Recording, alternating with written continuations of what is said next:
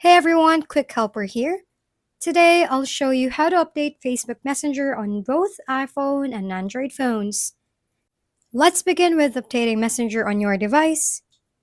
First, open your respective App Store, either the App Store on iPhone or the Google Play Store on Android, and then search for Messenger and navigate to the Messenger app. If an update is available, simply select Update to download and install the latest version. After the update is installed, you can open Messenger to enjoy the new features and improvements. However, if you don't see the update or encounter any issues, try restarting your phone. And then, if the problem persists, uninstall Messenger by long pressing the app icon and selecting Remove or Uninstall. Then reinstall Messenger on the App Store or Play Store. And there you go. You've successfully updated Messenger on your iPhone or Android phone. Thank you for watching.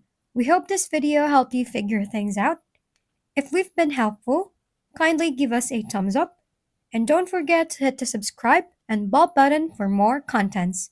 For any questions and suggestions, comment down below.